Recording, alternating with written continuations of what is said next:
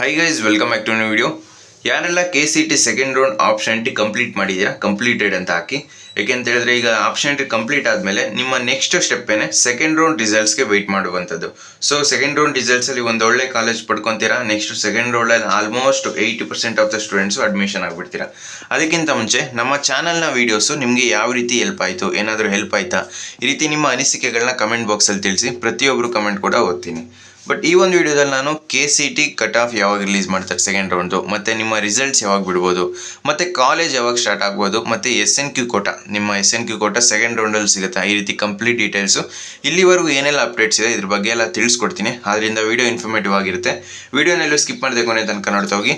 ಅದಕ್ಕಿಂತ ಮುಂಚೆ ನೀವು ನಮ್ಮ ಚಾನಲ್ಗೆ ಸಬ್ಸ್ಕ್ರೈಬ್ ಆಗಿ ಯಾಕೆಂತ ಹೇಳಿದ್ರೆ KCET ಮುಗಿಯೋ ತನಕ ಕಂಪ್ಲೀಟ್ ಗೈಡೆನ್ಸು ನಮ್ಮ ಚಾನಲಲ್ಲಿ ಫ್ರೀ ಆಗಿರುತ್ತೆ. ಮೊದಲನೇದಾಗಿ KCET second round cut off release ಆಗಿಲ್ವಾ, ಯಾವಾಗ ರಿಲೀಸ್ ಮಾಡ್ತಾರೆ? ಈಗ ಕೆಲವೊಬ್ಬರಿಗೆ ಗೊತ್ತಿರುತ್ತೆ ಈಗ ಆಲ್ರೆಡಿ, ಏನು ನಿಮ್ಮ ಕಟ್ ಆಫ್ ರಿಲೀಸ್ ಆಗುವಂಥದ್ದು ಯಾವಾಗ, ಆ ಒಂದು ರಿಸಲ್ಟು ಅನೌನ್ಸ್ ಆದಮೇಲೆ. ಈಗ ನೀವು ಲಾಸ್ಟ್ ಇಯರ್ದೇ ರೆಫರ್ ತಗೋಬೇಕು. ಈಗ ಸೆಕೆಂಡ್ ರೌಂಡ್ ಎಡಿಟಿಂಗ್ ಮಾಡೋದಕ್ಕೆ ಅಕಸ್ಮಾತ್ ಇನ್ನೂ ಎಡಿಟ್ ಮುಗಿಸಿಲ್ಲ ಅಂತ ಹೇಳಿದ್ರೆ ಈಗ ಲಾಸ್ಟ್ ಡೇಟ್ ಇದೆ, ಇವತ್ತೇ ಕಂಪ್ಲೀಟ್ ಮಾಡ್ಕೊಳ್ಳಿ. ಈ ಒಂದು ಕಟ್ ಆಫು ಏನಿದೆ, ಈ ಒಂದು ಕಟ್ ಆಫು ನಿಮ್ಮ ಸೆಕೆಂಡ್ ರೌಂಡ್ ರಿಸಲ್ಟ್ಸ್ ಬಂದಾದಮೇಲೆ ಈ ಒಂದು second round cut off release ಆಗುವಂಥದ್ದು. ಫಸ್ಟ್ ರೌಂಡ್ ರಿಲೀಸ್ ಆಗಿದೆ ಈಗ, ಯಾಕೆ ಫಸ್ಟ್ ರೌಂಡ್ ರಿಸಲ್ಟ್ಸ್ ಅನೌನ್ಸ್ ಆಗಿದೆ. ಅದೇ ಥರ ಸೆಕೆಂಡ್ ರೌಂಡ್ ರಿಸಲ್ಟ್ಸ್ ಅನೌನ್ಸ್ ಆದಮೇಲೆ ಸೆಕೆಂಡ್ ರೌಂಡ್ ಕಟ್ ಆಫ್ ಅನ್ನುವಂಥದ್ದು ನಿಮಗೆ ಸಿಗುತ್ತೆ. ನೆಕ್ಸ್ಟು ರಿಸಲ್ಟ್ಸ್ ಯಾವಾಗ ಬರುತ್ತೆ? ಈಗ KE ಅವರ ಶೆಡ್ಯೂಲ್ನ ಪ್ರಕಾರ ಅಲ್ಲಿ ಏನು ಮೆನ್ಷನ್ ಮಾಡಿದ್ದಾರೆ ಅದನ್ನು ಹೇಳ್ತಾ ಇದ್ದೀನಿ. 29 ನಿಮ್ಮ ಪ್ರಾವಿಷನಲ್ ಅಥವಾ ಮಾಕ್ ರಿಸಲ್ಟ್ಸ್ ಅಂತ ಅನೌನ್ಸ್ ಮಾಡ್ತಾರೆ. 29 ಆಗಸ್ಟ್ 29. ನೆಕ್ಸ್ಟು ಅದಾದಮೇಲೆ MCC ಒಂದು ಶೆಡ್ಯೂಲ್ನ ನೋಡಿಕೊಂಡು ಫೈನಲ್ ರಿಸಲ್ಟ್ಸ್ ಅನ್ನುವಂಥದ್ದನ್ನ ಅನೌನ್ಸ್ ಮಾಡ್ತಾರೆ. ಬಟ್ ಈಗ 29 ಅಂತ ಹೇಳೋದಕ್ಕಾಗಲ್ಲ. ಮಾಕು ಅಥವಾ ಪ್ರಾವಿಷನಲ್ನ ನಿಮಗೆ 29 ರಿಲೀಸ್ ಮಾಡ್ಬೋದು. ಬಟ್ ನಿಮ್ಮ ಫೈನಲ್ ರಿಸಲ್ಟ್ಸು ಸ್ವಲ್ಪ ಲೇಟ್ ಆಗ್ಬೋದು. ಯಾಕೆಂತ ಹೇಳಿದ್ರೆ MCC ಅವರು ಎಕ್ಸ್ಟೆಂಡ್ ಮಾಡ್ತಾನೆ ಬರ್ತಾ ಇದ್ದಾರೆ. ನೆಕ್ಸ್ಟು ಕಾಲೇಜ್ ಸ್ಟಾರ್ಟ್ ಯಾವಾಗ ಆಗುತ್ತೆ?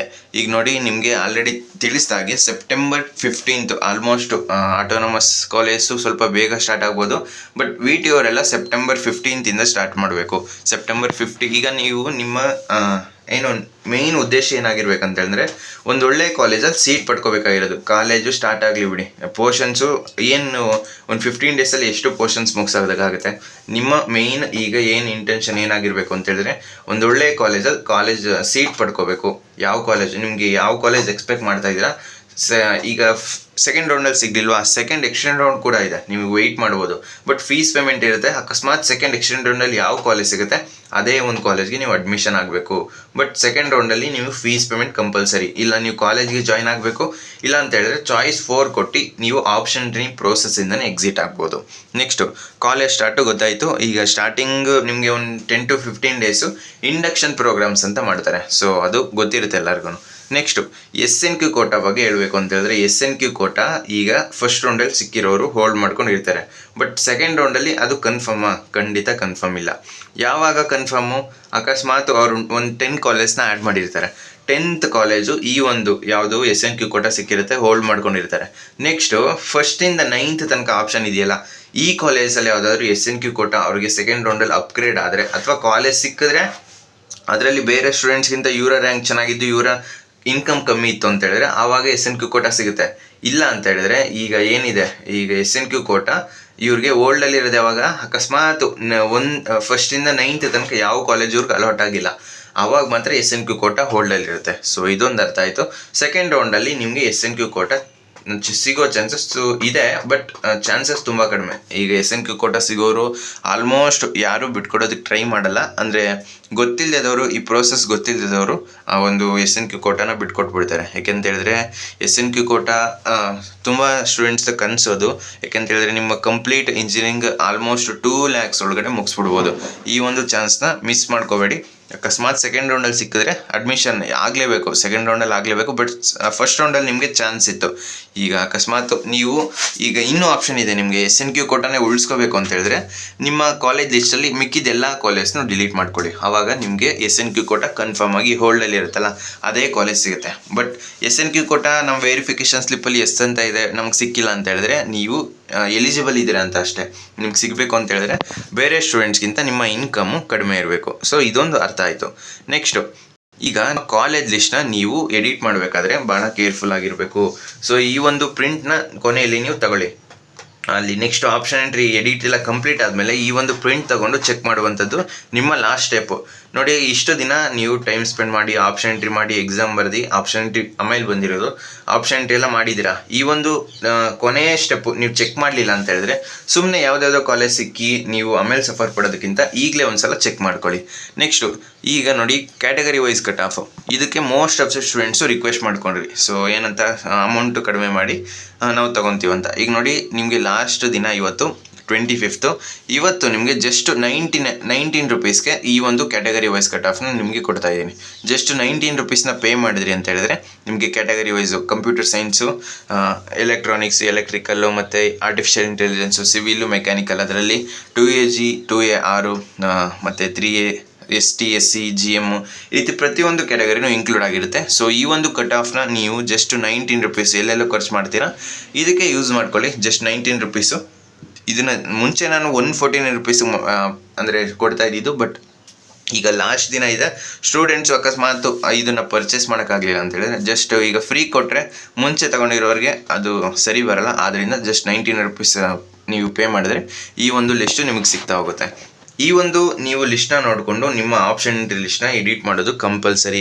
ಏಕೆಂತ ಹೇಳಿದ್ರೆ ಸೆಕೆಂಡ್ ರೌಂಡು ನಿಮಗೆ ಲಾಸ್ಟ್ ಇಯರ್ ಥರ ಇದ್ದಿದ್ರೆ ಅಕಸ್ಮಾತ್ ನೀವು ಮಿಸ್ಸಾಗಿ ಬೇರೆ ಯಾವುದೋ ಕಾಲೇಜು ಅಥವಾ ನಿಮಗೆ ಬೇಡದಿರೋ ಕಾಲೇಜ್ನ ಮಿಸ್ಸಾಗೆಲ್ಲ ಪ್ರಿಯಾರಿಟಿಲಿ ಆ್ಯಡ್ ಮಾಡಿದರೆ ನೀವು ಚಾಯ್ಸ್ 3 ಸೆಲೆಕ್ಟ್ ಮಾಡಿಕೊಂಡು ಆ ಒಂದು ಕಾಲೇಜ್ನ ಡಿಲೀಟ್ ಮಾಡಿಕೊಂಡು ನೆಕ್ಸ್ಟ್ ರೌಂಡ್ಗೆ ಹೋಗ್ಬೋದಿತ್ತು. ಬಟ್ ಇವಾಗ ಏನಾಗುತ್ತೆ, ನೀವು ಫೀಸ್ ಪೇಮೆಂಟ್ ಮಾಡಿ ಕಾಲೇಜ್ ಅಡ್ಮಿಷನ್ ಆಗಲೇಬೇಕು.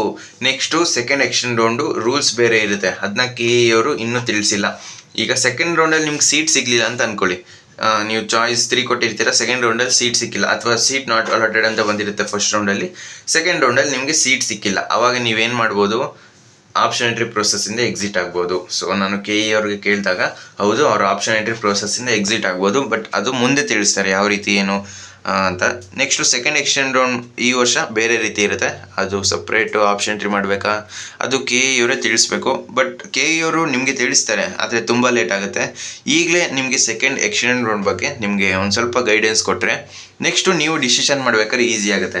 ಏಕೆಂತ ಹೇಳಿದ್ರೆ ಈಗ ಸೆಕೆಂಡ್ ರೌಂಡು ನಿಮಗೆ ಫೈನಲ್ ರೌಂಡ್ ಅಂತ ಮೋಸ್ಟ್ ಆಫ್ ದ ಸ್ಟೂಡೆಂಟ್ಸ್ ಅಂದ್ಕೊಂಡಿರ್ತಾರೆ. ನಮ್ಮ ಚಾನಲ್ನ ಯಾರು ಫಾಲೋ ಮಾಡಿರ್ತಾರೆ ಅವ್ರಿಗೆ, ಅಂದರೆ ಆಲ್ಮೋಸ್ಟ್ ಯಾರೆಲ್ಲ ಯೂಟ್ಯೂಬ್ ನೋಡಿರ್ತಾರೆ ಅವ್ರಿಗೆ ಗೊತ್ತಿರುತ್ತೆ ಸೆಕೆಂಡ್ ಎಕ್ಸ್ಟೆಂಡ್ ರೌಂಡ್ ಅಂಥದ್ದು ಇದೆ ಅಂತ. ಬಟ್ ಈಗ ಯಾರೆಲ್ಲ ಅಂದರೆ ಯೂಟ್ಯೂಬ್ ನೋಡಲ್ಲ ಮತ್ತು ಬರೀ ವೆಬ್ಸೈಟ್ ಮೇಲೆ ಡಿಪೆಂಡ್ ಆಗಿರ್ತಾರೆ ಅವ್ರು ಖಂಡಿತ ಸೆಕೆಂಡ್ ಎಕ್ಸ್ಟೆಂಡ್ ರೌಂಡ್ ಇದೆ ಅಂತಲೇ ಗೊತ್ತಿರಲ್ಲ.